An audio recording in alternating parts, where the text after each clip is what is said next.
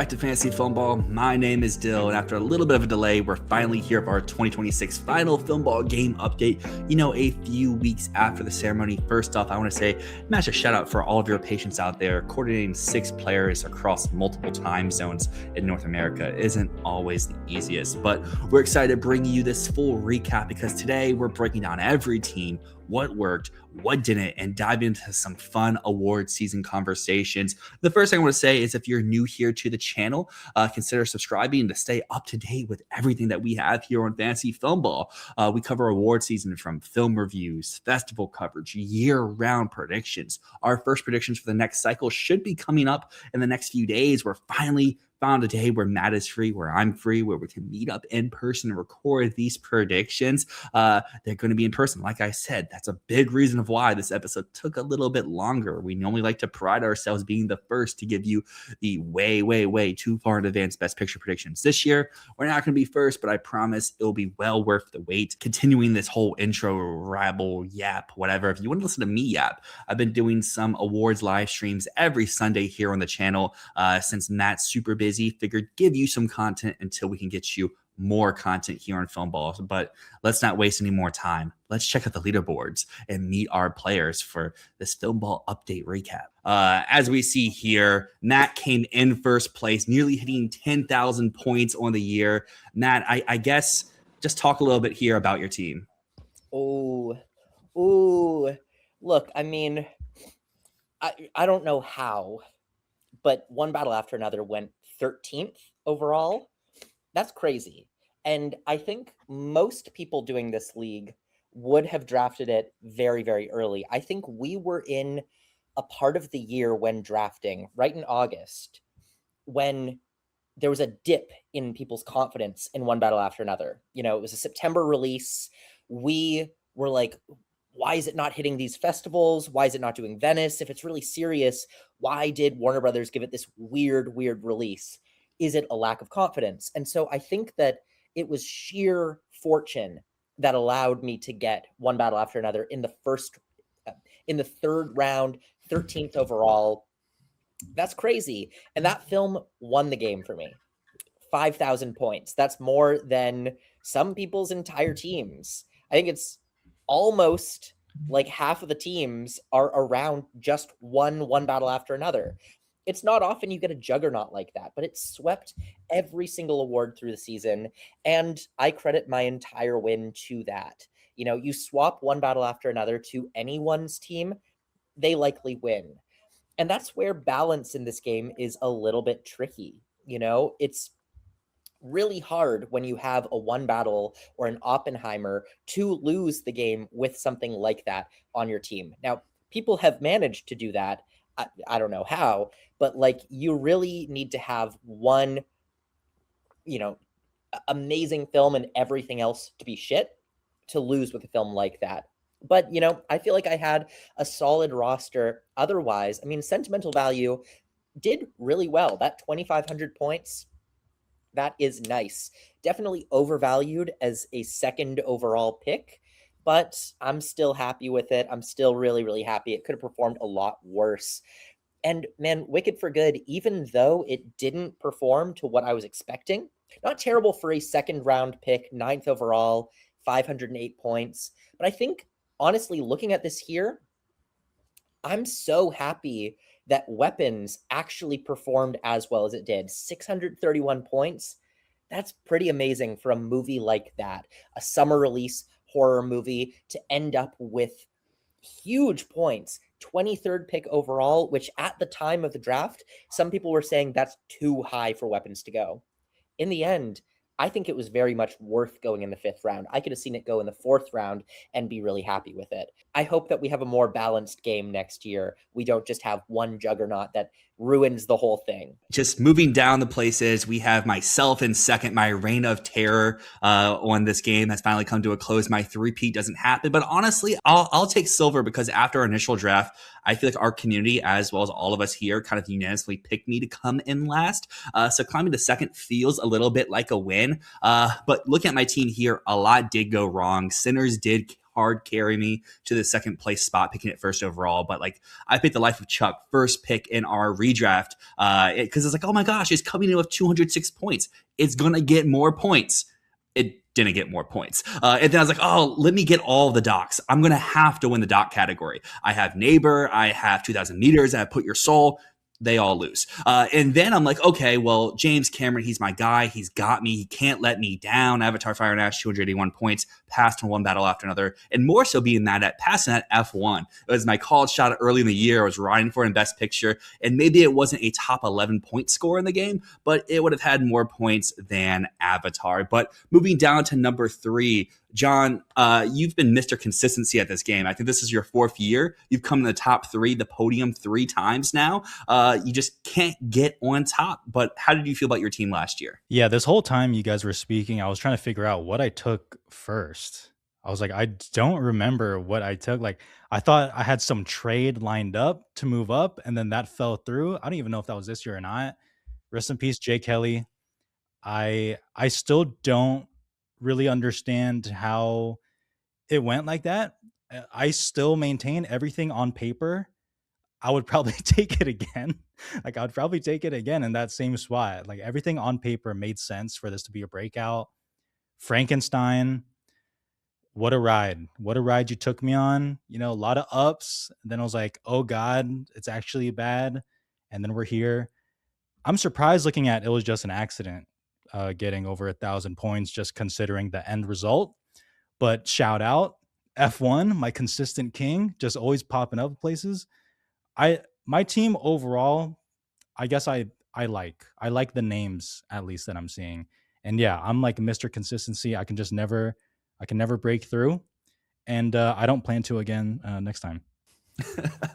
Well, moving down to 4th place here, I want to bring back up our final placement because you see the difference here is about 30 points. We mentioned the intro. When you have people across North America in multiple different time zones, sometimes it's a little difficult to get everyone together. And maybe if we had that extra waivers, maybe some films could have gone here. You see, it's about a 30-point difference. At the end of our last video, I traded Arnaud, Splitsville for Nuremberg. That's a 36-point difference. Arnaud wins here by 34 over Ryan to take this 4th place spot. So, Arnaud, how do you feel about your team overall here now that the season has concluded? Hey, listen, if I didn't do that Blue Moon for Surratt trade, I would be even higher than that. So that Nuremberg Splitsville trade would have been a moot point. But hey, you know, with a few exceptions here, I like the films on my team, and that's you know, it awards are all fun and all, but we're here because we love movies. I love Splitsville. I love Marty Supreme. I love If I Had Legs, I'd Kick You. I love Surratt, of course. I haven't seen some of these still. I don't know what Christie is. I forgot that existed. I forgot Springsteen Hell, I forgot Jay Kelly existed, frankly. But it's hold on. I'm just looking at. I haven't. My team hasn't won a single Oscar. I'm just now realizing. You know, I like a lot of the films on my team, and I wish they had performed a little bit better. But it is what it is, and I'll have to learn. I have to stop leaning on some of you know, these outside the box risks and go for some of the obvious choices here, because I was really gunning for Park Chan-wook to get his chance here, and I passed up on One Battle After Another, even though that would have been the logical next film to take. So big miss on my part there. I guess the other thing I just want to talk quickly about with your team here is you see at the top, it's a little blue right there. You made a trade with Matt on draft day. John mentioned this as well. You had a trade lined up with John, then you switched it to go with Matt. You get Marty Supreme, you get Springsteen, you give up, I think it was Wicked, and since with the value that went in those 2 spots.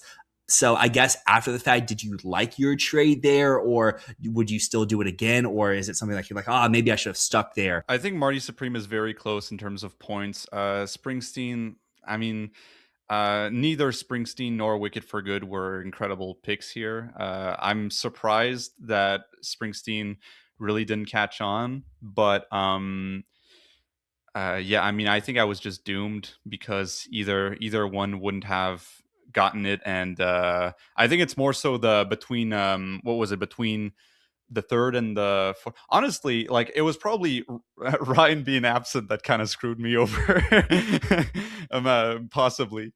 Because I think that would have changed things up a little bit. Maybe no other choice would have already been picked by the point I would have wanted it, and then by then I would have to try to pick something else that maybe would have been more fruitful after all. It's the kind of luck of the draw sometimes. Like I remember originally on draft day, we were all we all were like, I think Jack has the best team here. and that's not the case. So you never know with these things. Yeah, and I mean, you mentioned Ryan coming in late. We introduced our first ever expansion draft, which I mean, crazy enough, the NBA wants to copy us. They're going to do that in like 2 years. But I mean, Ryan, you had a really tough situation that you found yourself in. You missed the initial draft due to a scheduling conflict, and you had to pick your team and build your roster from stuff that we didn't really want to keep. But even with the disadvantage, you found yourself with 2 Best Picture nominees. That's an increase of 2 from last year when your first 2 picks were Blitz and Joker. So I would say even if you're in 5th, this is a massive improvement from last year. And I mean, even without the 2 Best Picture nominees, you got Blue Moon, which was probably close. You have some films that scored pretty well down the line. I guess you were just missing that big heavy hitter, but I mean, you were never going to get that from, I guess, the way that your team was built from. Right. I mean, I could have probably done better knowing that I picked Joker and Blitz last year. Those like instinct picks. Maybe I did better just by not being involved. Maybe I should make that my ongoing thing. Just don't show up on the first day of draft, get all your leftovers, and then maybe that will end up working better for me, so I can avoid stomping on those grenades like Joker and Blitz. But other than that, I mean, I feel pretty good about my team. I like all of them. I think like so many of them, like there's only a few of them that didn't even get a Best Picture nomination somewhere in the Academy Awards. Like I got quite a few that just showed up somewhere. I tried to make Arco a thing. That's the thing I'm a little embarrassed about. I tried to make the R.I.P. Diamond Rainbow Boy movie, but that didn't end up working out too much. But at least I got nominated. And then Testament of Ann Lee, that was like a cool pick that 1 week when I was able to come in there and grab that. But then it like lasted like a couple weeks, and then we realized that's not going anywhere. So that's kind of a big stinker on my team. And then I remember Jack. I think I stole Jack's Smash Machine. I remember at the time, I remember thinking I pulled one over on him. I remember thinking like, oh, I felt like Adam Sandler in Uncut Gems. Like, this is how I fucking win, But that didn't end up doing anything. That just completely bombed too. So egg on my face. But other than that, I mean, all in all, I'm pretty proud. I'm glad that ultimately I got Blue Moon for Surratt, even though I do like Surratt better. So that ended up working out. But yeah, overall, no, I do like a lot of the films on my team too. So whatever. It is what it is. I'm happy with how it landed. Well, we've talked a lot about Jack, even though you did come in 6th here. I think, like we've all said, when we came out of our initial draft, we all thought you had the best team. You had Hamnet, which at that time was rising up the ranks. Rental Family was destined to win TIFF. House of Dynamite was about to get a 97 at the Venice Film Festival. But kind of like Arnaud said, what we think may happen in August doesn't always happen in January and February. So now that you've played your first season, what do you feel about the game, and how do you feel about your team? I love the game. I think, and I can't blame myself too much for the picks I made in August. I feel like in August we were on like peak Rental Family. It's going to win TIFF's People's Choice. We just had the trailer and everything. Part of me goes back to test screenings and like how much to take them seriously, because test screenings helped me in one case here. Because I think with test screenings, you have to actually know the person who saw the film and their taste in film and actually like all of that to take it seriously. And for both Rental Family and Hamnet, I did. So I don't know. Test screenings helped me and didn't help me at the top 2 there. Then House of Dynamite, I still think that was a good movie, but it didn't work out, I guess. K-Pop Demon Hunters, 2 Oscars. Mr. Nope against Putin, I think that was just complete luck of the draw on my part. I guess look out for any Putin-related documentaries going forward. It seems to be a hit.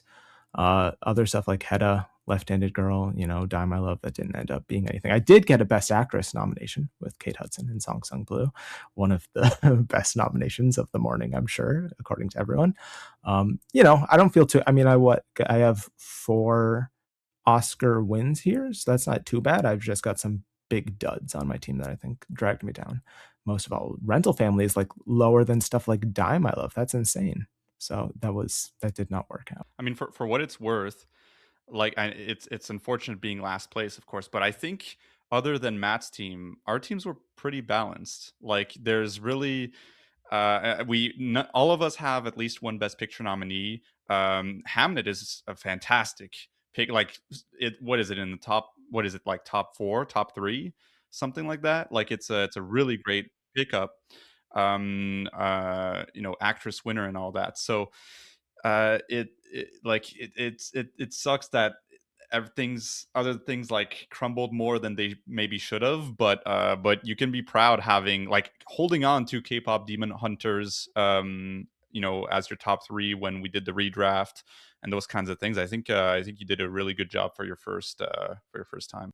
Thank you. Aim for a 5th next year, at the very least. One by one. Of our top 10 highest scoring films, obviously 9 of them are Best Picture nominees, but I do just want to shout out the very rare occasion that we have not in 11th place, but in 12th place F1. So it doesn't even come close to the top 10. It's behind It Was Just an Accident and If I Had Legs, I'd Kick You. And honestly, I think most people out there would have rather seen the top 10 scorers that we have on our league. I think most people would prefer to see that as our Best Picture top 10. Yeah, I know what you're talking about. People are haters. F1 goes zoom zoom. Best time outside of Sinners in a theater all year. I'm happy that got in. I'm not allowed to say the movies I would rather see miss for Accident, because Accident should be there as well. But I am here as the F1 defender. I'll say it. I like F1. Oh my God! Oh, what are you doing? No. Get Frankenstein out of there. And Hamnet. Hamnet, Secret Agent, get them out of here. Oh my God! Sentimental Value, Train Dreams, they both can go. Ooh. I like Brazil. No. 100% Secret Agent over Sentimental Value. No. Arnaud, we had solidarity at Cannes. What happened? There was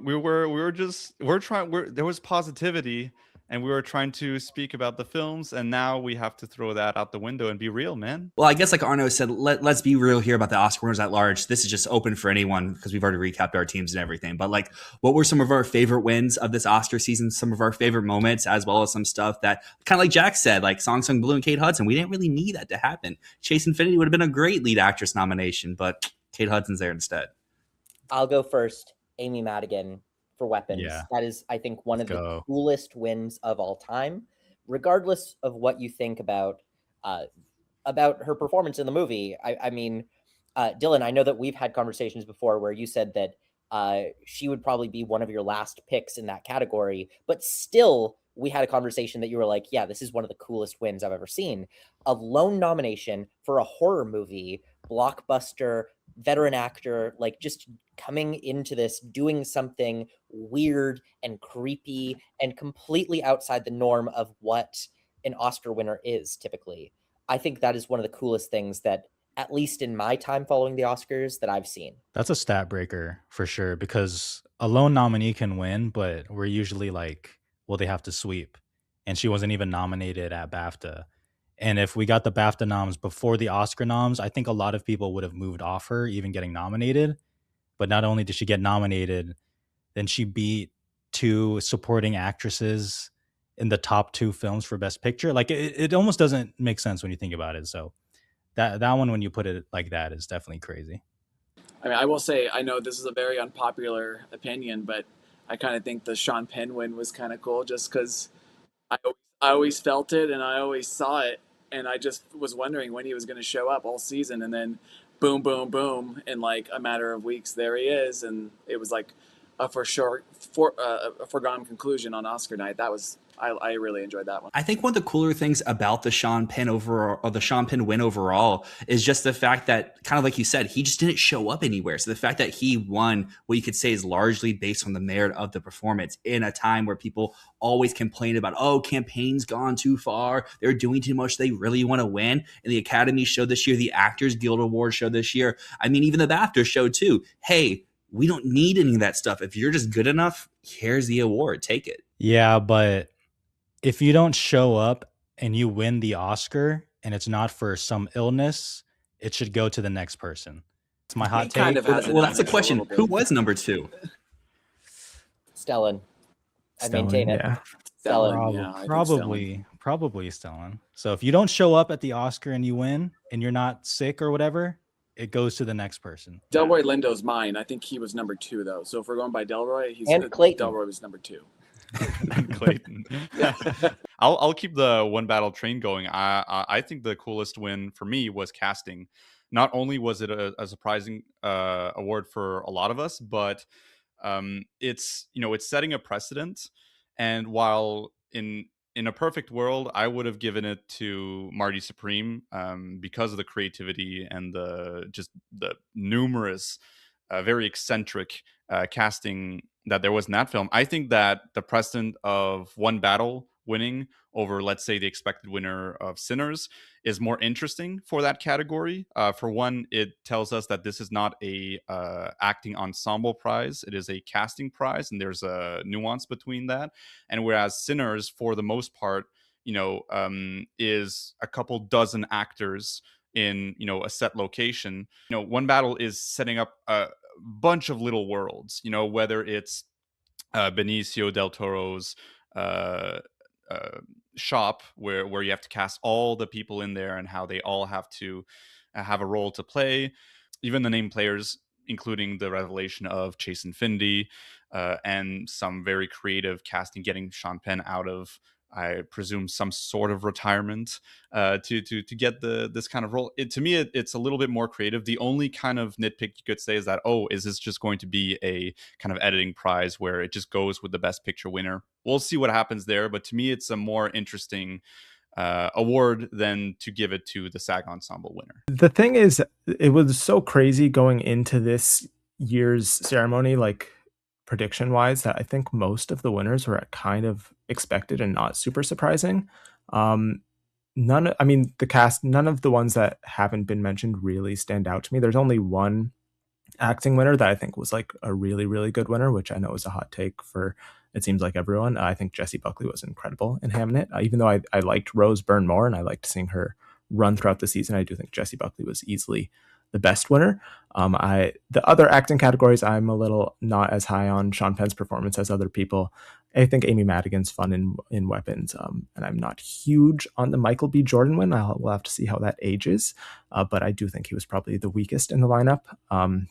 But I loved One Battle, and I liked seeing everything that it won, and especially casting. I think that was the big surprise. And I guess on that same note, I mean, here at Fantasy Filmball, Matt and I, we love to hold our L's. So I feel like we should all look back on one of our like worst predictions. It could be from something super early or something all the way down to the wire. But there's the obvious joke one I have of Die My Love as a picture and lead actress type contender. But another L I want to hold is more so into like what I wasn't predicting. I was one of those people not on the Hamnet train due to kind of what Jack's saying on the reverse side, that I had heard some very negative test screens from people I knew personally whose opinions I do kind of take and hold true. But there's also like the not keeping one battle after another had in my original predictions. But I was like, I don't know. Sinners is here. It's big enough. There must be a reason why it's not festivals. Obviously it goes on to win the best picture, win 6 Oscars and whatnot. And then, of course, on the flip side, big proponent over here of Smashing Machine and House of Dynamite, 2 movies that, Jack, I know you did draft. And I was so mad that you drafted them, but you saved me out of 2 duds, allowing me to get Begonia, which I always kept in Best Picture, but I did have that winning Best Picture for a good 4 months. And it was probably number 9 in the Best Picture race. I am really proud of myself for, having sentimental value so early, having Frankenstein. I never took it out, even when everyone else was doubting it, even when everyone was like, it's dead, it got bad Venice reviews. I stuck with it. I stuck with that the entire time. But holding some L's, man, I really, really pushed for Wicked for Good, even after it premiered. Even after it premiered, I was like, it's still getting 10 nominations. It's just gonna coast in. And I also really, really rode for Avatar throughout the season. I really rode for No Other Choice throughout the season. But, at least I didn't fall for Springsteen. At least I didn't fall for Jay Kelly. At least I didn't fall for After the Hunt. At least I didn't fall for The Rivals of Amziah King. So, in the end of the day, there's some big red flags that I saw. But Wicked for Good is one that I'm going to look back at and be like, how did I how was I so confident in it even after people saw it and didn't like it? After the Hunt is hilarious that you said that. I forgot that one came out. There was a lot of people predicting that to possibly win Best Picture. Not me, but Early August, early September, like right before it premiered, yeah. people had it winning Best Picture. And I I feel like remember very early on being like, I read the script, there's no way. There's no way. And I feel like as a group happy I here, accepted it. we were all anti after the Hunt. And I remember just saying that during the drafts, like, no one's gonna pick this, but we're in like round 5 now. I kind of have to pick it in the event that it actually is something. And then kind of like we all expected, it was nothing. And then at that point, it's like, I'm just gonna ride out with it. Let's just keep it here until I have to get rid of it. That's one of those movies where I don't know if people are just lying and I'm forgetting, but like with The Sun, beforehand and after the Hunt, everyone's like, wow, this script is like amazing. Like, I hear how amazing the script is. Everyone's so confident in the script. And then it comes out and it's like, I told you the script wasn't like that good. And I was like, I don't know where this is like coming from, or maybe I'm just looking at the wrong people. Cause I know Matt was right on it pretty much the whole time. But from like other people, it was script is amazing. And then all of a sudden it was like, well, I told you the script wasn't that good. I think my biggest L, if I had to, I'll compliment myself first before I admit all my L's. The compliment I can't give myself is very early on in the year, my very first early Oscar predictions. I did have One Battle After Another, number 1. Number 2, I had Frankenstein. So that I feel proud about. I also had Sentimental Value in there. But my L's, yes, I did have After the Hunt in my Best Picture lineup. Yes, I did have, what else? I had Eddington in my Best Picture lineup. That's probably one of the biggest L's. And then right outside my lineup, I had Hamnet at 11. So I had Eddington over Hamnet. That's pretty embarrassing. And then also, I think the major embarrassment, I feel like for me, the major embarrassment the whole year was doubting K-pop Demon Hunters, and having faith in Arco is like the biggest, like, what was I doing? What was I thinking? But that's just my age speaking for me. Like, I don't understand pop culture phenomenons when they're right in front of my face sometimes, and that's what happened. I don't know. I wouldn't have predicted Sinners to do that well. I wouldn't have predicted The Secret Agent to do better than I wouldn't have predicted Surratt to be on the map at all. You know, like I think most of my L's are just in not being able to spot, like seeing the films or not seeing the films, but not being able to see the potential for a lot of these, or seeing too much potential in a lot of these. And inevitably, my biggest L, I was just convinced that this was, Park Chan-wook, for no other choice, doing like his most mainstream film up to date, his most accessible film up to date, which to a certain extent is true. Early on winning the TIFF People's Choice Award for international. And I was like, this is one of the easy international contenders. Sentimental Value is the more, the more actor friendly one, the more like industry beloved one. And then this is the one for the people. This is the one where he gets his director nomination, his screenplay nomination, all that package, that almost Triangle of Sadness package or something. And it just crashed and burned. Park Chan-wook just can't get to the finish line, funny enough. Instead, we got The Secret Agent, which is a film that took me more than one viewing to fully engage with it, and a film that I'm still surprised such an audience was able to engage with it as well. I mean, that's a film that is very demanding and has a very abrupt, somewhat unsatisfying ending, and I'm surprised that it went all the way. So those are my biggest L's, I think. Well, at Cannes, I remember saying there's no way that It Was Just an Accident gets into Best Picture, and there's no way that The Secret Agent gets into Best Picture. So I'm 1 for 2 on that. That was something that was really funny to me this season, is especially with Matt, you and Arnaud both going to Cannes, is like how right you were with some things, and other things you may have been wrong about for the majority of the season, but you ended up being right about the end of the day. Like with Accent, saying like, oh, no way this would be a Best Picture thing. It was really close, and maybe it wasn't like 50th or 20th or whatever, but it didn't make the 10. And then like with Arnaud, you were saying like Arco is at best maybe number 5 in anime feature. I think it kind of showed throughout the year with like the BAFTAs not even putting it in there, with PGA shunning it, the Annies not going out for it, where Elio was ahead of it at the end of the day, where it wasn't number 1 or number 2, but it was down at 5. Mm-hmm. Yeah, for every dime I love, we had a secret agent or something. Yeah. I also just want to say, this is another thing I'm proud of. From January 1st of last year all the way until the Oscars, I had Sentimental Value winning international feature the entire time. I never broke. I never went to accident. I never went to secret agent. No matter how tempting it was, no matter how much people told me I was wrong about it, I stuck with my gut. I stuck with my heart. And I ended up being right. So very happy about that one. Well, I have just 2 more quick questions before we wrap up here. The first one is kind of, I guess, for everyone at large, just because we did have some big changes to the game this year. We talked a little bit earlier.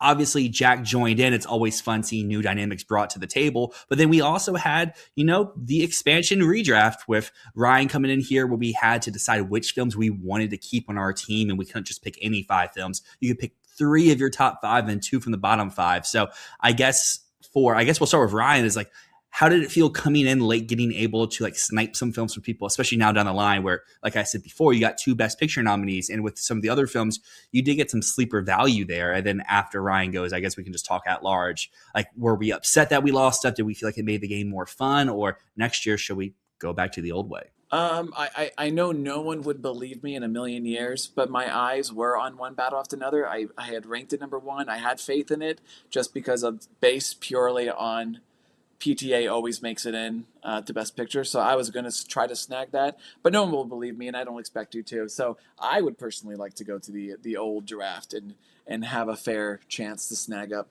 a few, and because it's also kind of fun to pick Joker and just wear the egg on my face the whole year. That's also kind of fun. So I can attest, though, to Ryan being high on both One Battle and Frankenstein, because before the draft, he did say, like, oh, in this range, these are the 2 movies I would love to see the opportunity to get. Just obviously it didn't quite work out that way. But I guess I want to come over to John next. You're one of the people who did lose out on a Best Picture nominee. You had the secret agent, and Ryan sniped it. So I guess, how did that really feel? Yeah, that's what I was thinking. I was like, I feel like my initial draft outside of Jay Kelly was not too bad. Especially if I had the secret agent on my team. I feel like I would have been, coming for a 2nd place, which seems to be my ceiling. But while the expansion draft is fun in this scenario, like to Ryan's point, it is fun when you take a Jay Kelly. Because again, like I would do it again. I would have done it again. If Jay Kelly was coming out this year and no one had seen it, I think we would all be like rubbing our hands a little bit, be like, "Ooh, Jay Kelly, like it's coming." So I don't know. That's just me, but I think that was a good move, good strategic CEO commissioner move by you 2 to allow the expansion here, because I know there was some question just from the scheduling. So it was fun, but we can be normal again. For my final question before we wrap up everything today is, it's always fun looking forward. We have the 2026, 2027 season. Is there a particular movie that, just looking at the early awards expert odds or just seeing how people are talking about the race, that you're like, oh yeah, that is something that no one's talking about that I believe in? Or on the flip side, that seems way too high. Like, why are people predicting that? I think the biggest question, in You terms guys of are all way seeing- too high on Project Hail Mary. Yeah, I knew you were going to say that. I knew you were going to say that. Way too high. that's Way too definitely high. going to be like an That is F1 not type even. of I don't movie, even. like, it barely might get Yeah, in like F1. I don't even have it in Best Picture. I think that gets like 3 techs. And I was here about to say, I think people are undervaluing it. And I think that a safe bet that we know is good is always a really good option for an early pick, because I don't see that going under 2,000 points. Personally, I think that gets 10 nominations. I think that it's win competitive in multiple categories. So Hold up. How many nominations did The Martian get? I would say that this 6. gets more than The Martian. You think it's going to Can I get just say like one thing? 4 more than The Martian? I haven't calculated every nomination. You said like 10 You can't just throw 10 nominations out there. When we have I Brother think- Bros saying That's a lot. Babylon's going to get 10 nominations, we take it at face Should have. value. It should have. I think That makes more 8 sense. to 10 nominations. Okay, picture, director, actor, screenplay, editing, costumes, Editing. production design, score, sound, Costumes? visual effects. Costume. I mean, think- take I think costumes off costumes- though, and Hooler, I guess, but like at least you're not here saying Hooler can win. I've seen people out there saying Hooler's got supporting actress. Went, That's wow, true. like, Hulu's what movie in did like you 4 watch? films this year. Like let's tone it down. Wow. Hot start. Yeah, the one thing I said, like I always made the mistake of thinking like that the early movie, the first movie of the year, like Project Hail Mary, it's going to die down by the time Oscar comes. But as I'm learning, I think like I was in line for Marty Supreme talking to people online. Like they had just watched F1 then, you know, all the way in November. So it's like I always forget that like the voters themselves, like a lot of times they don't watch these movies until it gets to November, December. So like F1 or Project Hail Mary, they're not watching it necessarily today. They're going to watch it in November, December, and it'll be brand new for them when they watch it. Yeah. So, And You know passion what's doesn't funny die. is that with films like Everything Everywhere All at Once and Sinners, you have, you know, these films that came out incredibly early in the year did like well financially speaking. So you would think that most people, especially in the industry, would have seen them. And then you have films that come out in December, like Marty Supreme. And then weirdly enough, you would think, oh, you know, recency bias, the film just came out. It's the fresh new thing. And somehow, I mean, especially in this Oscar season where it was just stretched all the way until mid-March and voting ended at like the end of February or early March. You have a feeling, you know, after 2 months of just hearing about Marty Supreme, you know, it's tiring. It's 2 months old now. And then, oh, what's this? Sinners, I haven't thought of in a year, and that feels fresh now, you know? So yeah. I feel like there's this kind of weird phenomenon that's going on in thanks to the streaming platforms and to like the circular kind of discourse where, ironically enough, coming out at Christmas, you know, maybe you have a nomination advantage, but not a win advantage because it's just that period of time where it gets tiring after 2 months or something. I don't know. I feel like as Oscar nerds and all the people who watch these videos, like total Oscar nerds, like we're so much more like we're trying to read the tea leaves of what they're going to do, but we're like 3 steps ahead of them. Like they're like a little behind trying to catch up on movies. We're already bored with a movie by the time that they're finally watching it. So like that's like the biggest adjustment I feel like that everyone should probably try to make. Like, and that goes to what we talked about Project Mary. I feel like I want to say like no, it came out way too early. It doesn't have the gas to go the whole year, but I think it probably will pick up some tech nominations at the very least, and then probably F1 its way in there. Probably, Yeah, I would say. the question I have is, were there 10 movies last year that got the reaction that this film is getting? Because I think that it easily would have booted out 3 or 4 of last year's lineup. Easily would have. And, you know, you don't see movies that get this response critically and with popular audiences. You don't see that happen all the time. So I don't know. Is it a win contender in many categories? No. But, you know, we're not going to see this many cultural sensations, box office hits that are like sort of bridging the gap between being liked by everyone and being seen by everyone. And I agree with you, Ryan. The thing that we always forget is that the people voting are not geeks like us. They are voters who are working in the industry, who don't have time to watch movies because they're making movies. This, for us, is like a labor of love. For them, it can be a chore that they have to sit through 50 movies at the end of the year. You know, they're all busy with their own lives. Film is an occupation, not always a hobby for them. And so, yeah, that's something that I think really needs to be kept in mind. And a good chunk of voters definitely watched Sinners in December and not back in April when it first came out. That's who's voting, not the people who are showing up opening weekend to every movie. Well, that's going to do it for our 2026 game recap. A huge shout out to all of our players for showing up today. As you saw throughout the video, I put their information and where to find them. It's also in the description box down below. Love having John here. Love having Ryan here. Love having Jack here. Love having Arnaud here. And that's part of the reason why the episode ended so abruptly. His laptop died. I was able to pry him away from film school for a good 30, 40 minutes before it pulled him right back in. But I just just want to give a shout out to all of you for showing up and following us throughout awards season. Let us know down in the comments how we can keep improving the game of Filmball, whether it's the format, the visuals, or new ideas for the game itself. I mean, today we tried to play around with some stuff, started up some streams here on Filmball, and we're using StreamYard. Had some cool ideas of how to incorporate it here. Did it work the way I wanted to work? Not exactly. So apologies if anything looked a little bit weird, but we loved adding a new player this year and trying the expansion drafts, but we're always open to feedback, and hopefully next year we can get all 6 of us together for our initial draft. But if you made it this far, consider dropping a like. It really helps us with engagement, and don't forget to subscribe so you don't miss any of our upcoming award season coverage. But until next time, my name's Dyl. This has been Fantasy Filmball. Peace.